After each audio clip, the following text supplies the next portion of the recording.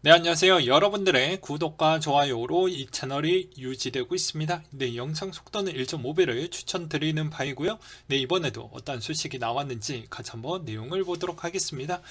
네, 이번 내용 이더리움 클래식에 관련된 내용을 한번 준비를 해보았고요. 코리니 분들도 이해하기 쉽게 한번 설명을 드리도록 하겠습니다. 네, 최초 발행이 15년도 7월달이고요. 네, 시가총액은 7조 원대를 보여주고 있으며 발행 한도는 2억 1천만 개 정도 된다라고 보시면 될 것 같습니다.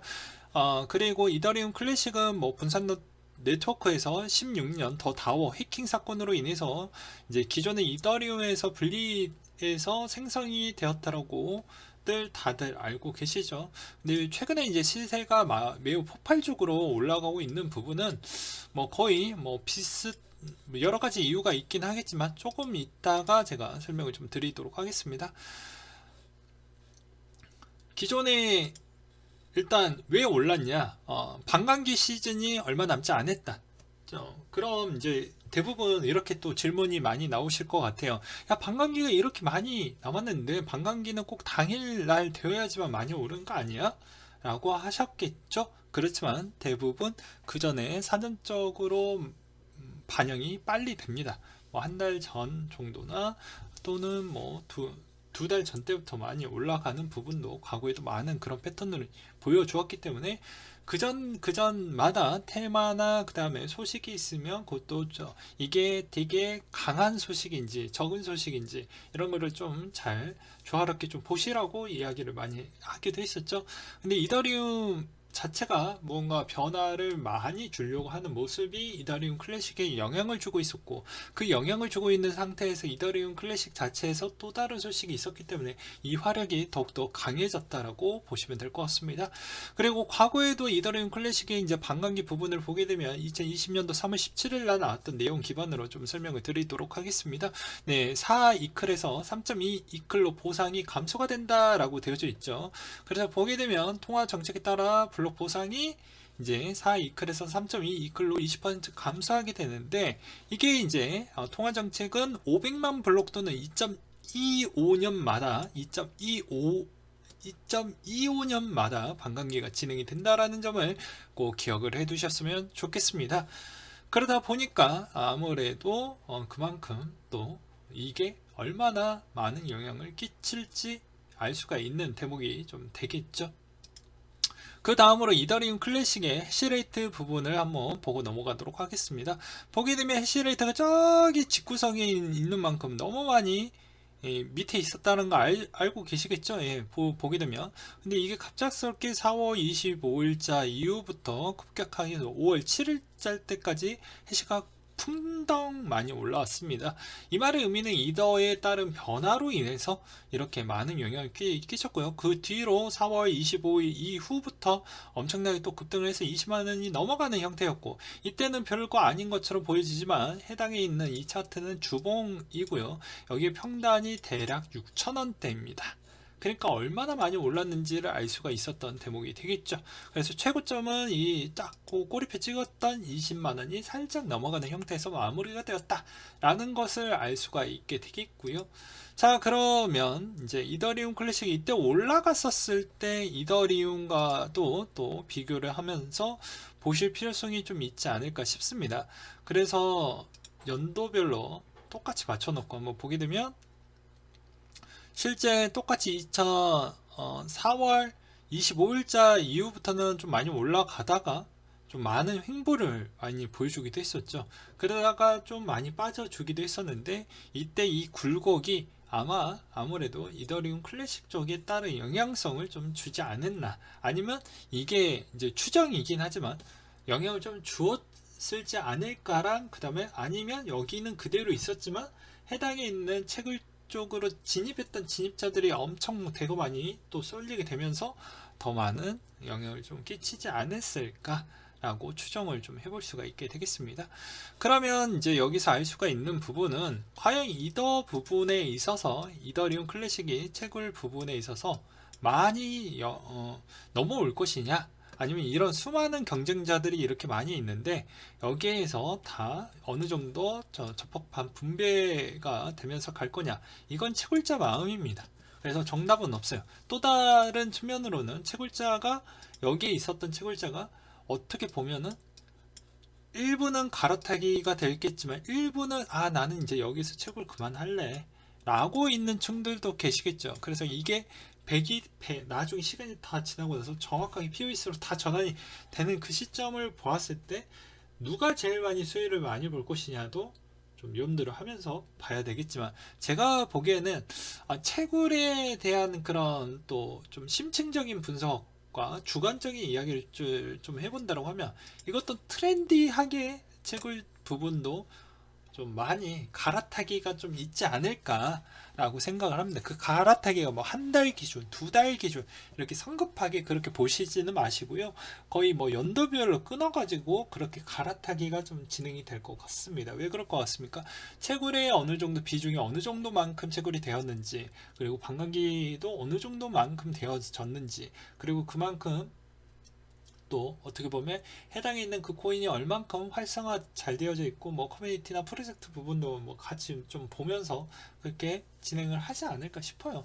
그래서 이거는 오로지 채굴자의 영역과 마음을 얼마만큼 잘 읽냐, 그 대신 이것도 트렌디하게 좀 갈 것 같다. 그래서 그 트렌디하는 걸 또 잘 맞춰가면 이 채굴자에 있는 이 생태계 부분에 있어서 충분히 수익성을 낼 수 있을 만한 그런 구도도 있을 것 같다 라는 이야기를 좀 드리고 싶었고요. 그 다음으로 이제 이더리움 클래식 과거 내용 이것도 설명을 드리기도 했었지만 그래도 한 번 더 설명을 좀 드리도록 하겠습니다. 보게 되면은 이제 이더리움이 이제 가스비 증가, 데이터 느려진 부분, 환경 문제를 해결하기 위해서 이제 S로 넘어가는 시점인데, 보게 되면 이더리움 클래식 부분을 볼 수가 있게 되겠죠.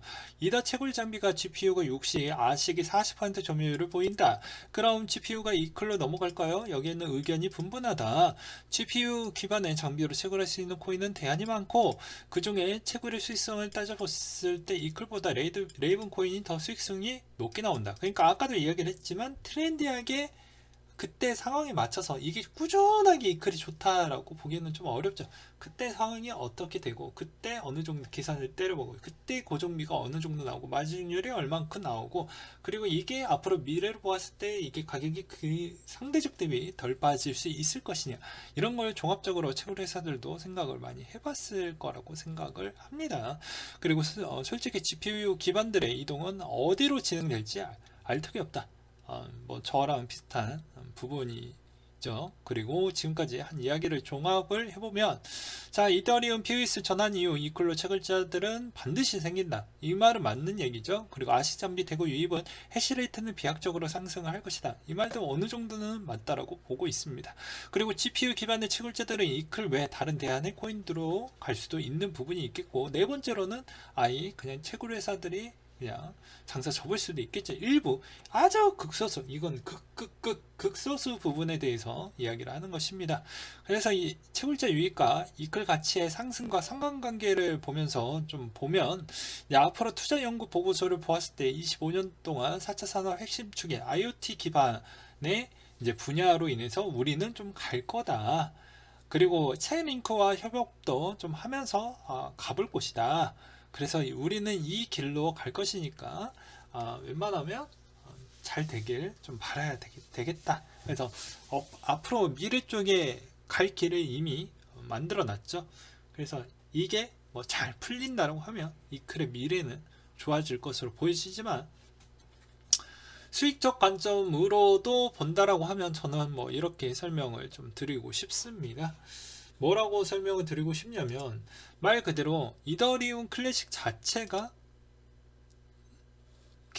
그 자체가 꾸준하다라고 보기보다는 저는 어느 정도 수익성을 챙겨 먹을 정도가 되면 적당히 먹고 적당히 수익을 내는 형태로 하고 또 다른 또 수익을 낼 수 있을 만한 그런 쪽으로 또 바라보는 게 맞지 않겠냐라고 저는 그렇게 생각을 합니다. 그러니까 이 말이 무엇이냐면, 좀 쉽게 이야기를 하면 뭐 한 달 수익, 뭐 두 달 수익, 뭐 6개월 수익 이런 게 아니고요. 만약에 이게 어느 정도 채굴의 이제 마지노선 때까지 왔다라고 하면 그때 좀 갈아타보자 라는 의미로 이야기를 하는 겁니다. 그러니까 아직까지는 괜찮고 하는데 언제든지 갈아탈 부분도 좀 바라보면서 좀 보셔라. 갈아타는 이유는 이게 수익이 어느 정도 그 이상이 나왔으면 그것보다 훨씬 더 많은 수익을 줄 수 있을 만한 코인 프로젝트들이 훨씬 더 많기 때문에 그렇게 좀 갈아타보자라는 거예요. 그래서 뭐 기존에 뭐 여러 가지가 있죠. 뭐 플래톤 코인, 그 다음에 채굴형 타입 코인, 그 다음에 웹 3.0 코인, 뭐 디파이 코인, 그리고 뭐 NFT 코인, NFT 코인 안에서도 P2E 코인, P2C 코인, 뭐 여러 가지 많이 있잖아요. 그래서 이쪽에 너무 많이 집중을 해서 뭐 이쪽을 공략을 해가지고 무언가의 수익성을 더 많이 챙겨 먹을 수도 있어요. 이 안에서만. 근데 다른 쪽을 좀 눈을 돌려서도 보실 필요성이 있다라고 저는 생각을 합니다. 그래서 비슷한 코인도 요새 막 급등이 많이 나오고 있죠. 뭐 비트코인 골드도 많이 올라가고 있고요. 여기 비골드 보이시죠? 그리고 이제 레이븐 코인도 보이시죠?